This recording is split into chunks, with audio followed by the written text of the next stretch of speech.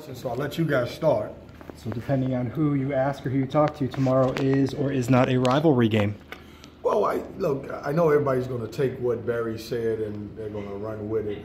Listen, he's been in the league a lot longer than I have. He's been in the league for 4 years, and you can't make guys say it's a rivalry game if they don't think it is, and I respect it. If he doesn't think that it's a rivalry game, and that's what it is, we're just excited about playing the game. For us, we get another opportunity to play a really good basketball team on our home floor.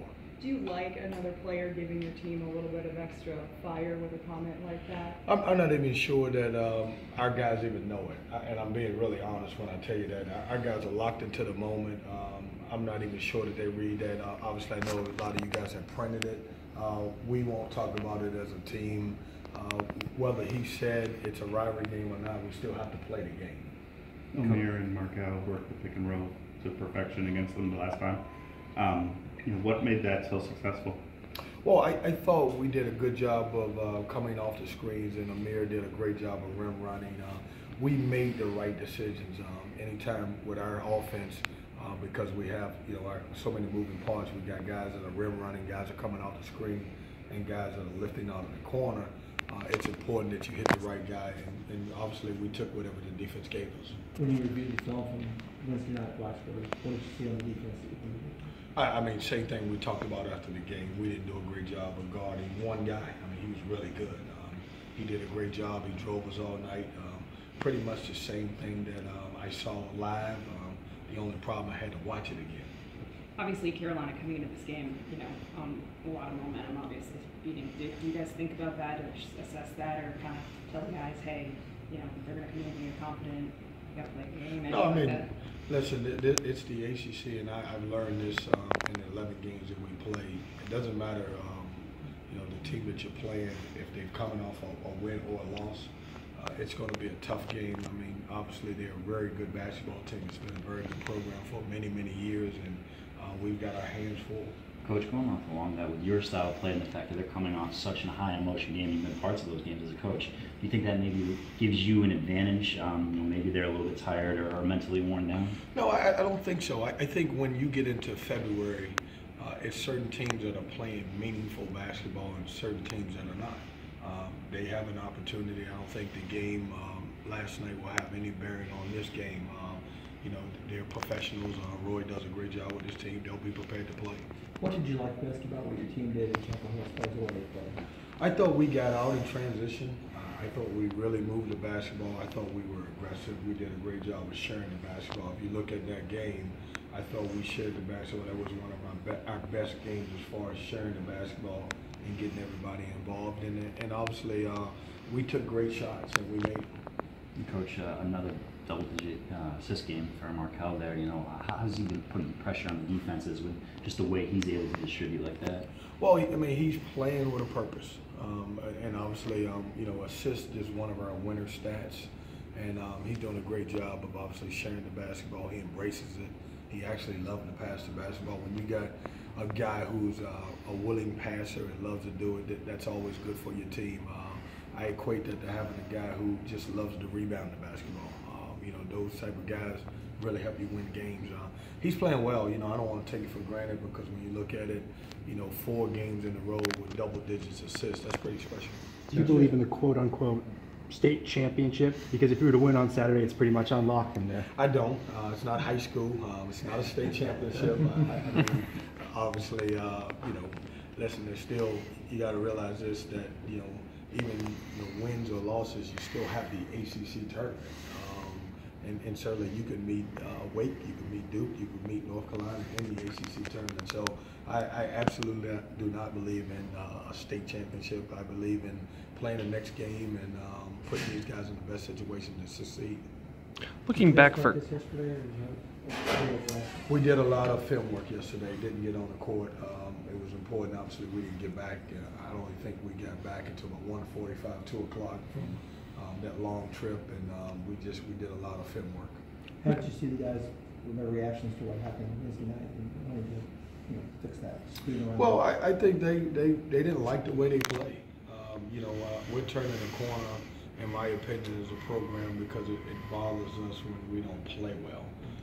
You know, you could on the plane trip back, you could hear a pin drop. I thought everybody was very disappointed because we didn't play well. And you know, obviously we're preaching with these guys. You know, play hard, and I thought we played extremely hard. We had an opportunities to win the game late in the game, even though we didn't play great.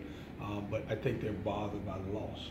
I'm sure you had most of your game plan already done before the Duke UNC game started, but were there certain things that you wanted to pay a little extra attention, like maybe because Kenny Williams hit more threes or Cameron Johnson hit more jumpers? Does that get more attention on who's got momentum? No, I mean, listen, when you look at Carolina all year long, they've been one of the best rebounding teams in the country and also in the ACC. I think they lead the ACC now in rebounding. Well, I think they had 17 to 20 offensive rebounds last night. When you look at them, you know, they're very capable of making shots behind the three-point line. I think they had 11 last night. And then obviously they're great at transition. So I thought all three were on display last night. I thought they rebounded the ball extremely well. They shot the ball behind the arc, and then they got out and got easy baskets. Those are things that we try to concentrate when we played them the last time. Coach, 'tis the season for bracketologists. I know fans are abuzz about the NCAA tournament.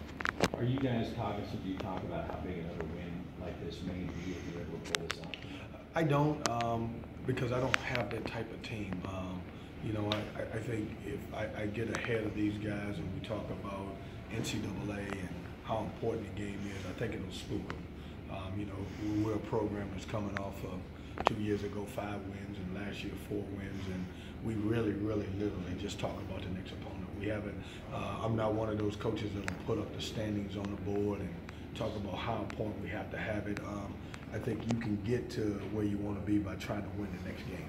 You obviously have that history with getting into the NCAA tournament.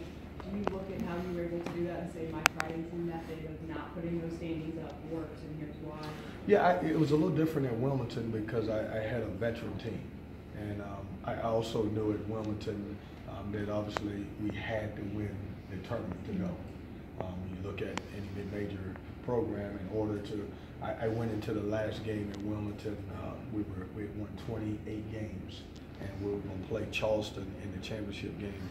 And I couldn't even sleep the night before because I thought about if we lose this game in the championship game, it's a chance that we may not go to the NCAA.